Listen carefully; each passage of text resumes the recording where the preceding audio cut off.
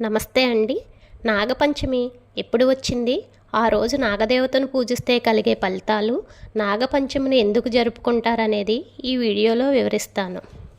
హిందువులు ఆచరించే పూజల్లో నాగపంచమి ఒకటి. హిందూ క్యాలెండర్ ప్రకారం 2025 జూలై 29న నాగుల పంచమి జరుపుకోనున్నారు. శ్రావణ మాసంలోని శుక్లపక్షంలో 5వ రోజున నాగపంచమి జరుపుకుంటారు. నాగపంచమి రోజున నాగదేవతను పూజిస్తే మన జాతకంలో సర్పదోషాలు తొలగిపోతాయి.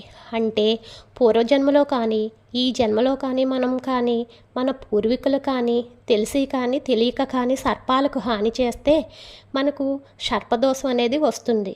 సర్పదోషం వలన ఎన్నో సమస్యలు అనగా చాలామంది సెటిల్ అయ్యి ఉద్యోగాలు వచ్చినా కూడా మ్యారేజెస్ అవ్వవు.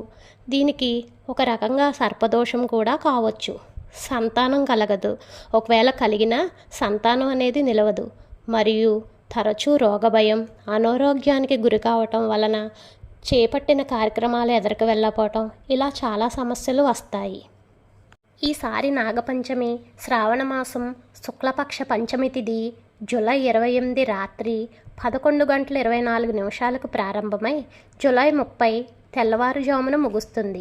ఉదయం తిథి ప్రకారం నాగపంచమి పండుగను జూలై 29న జరుపుకుంటారు. ఈరోజు ఉదయం 5:41 నుండి 8:23 వరకు పూజకు మంచి సమయం. నాగపంచమి రోజున మనం ఏ విధంగా నాగదేవతను పూజించాలి? వేకువజామున లేచి శుచిగా తలస్నానం చేసి దీపారాధన చేసి పానకం వడపప్పును నైవేద్యంగా పెట్టి దగ్గరలో ఉండే ఏదైనా నాగదేవత టెంపుల్కి వెళ్ళి నాగదేవతను పాలతో అభిషేకించి ఆ రోజు నాగకవచ స్తోత్రం చదివితే కనుక సర్పదోషాలు తొలగించి ఆ నాగేంద్రుడు 7 తరాల వరకు మనల్ని రక్షిస్తాడని ప్రతీతి.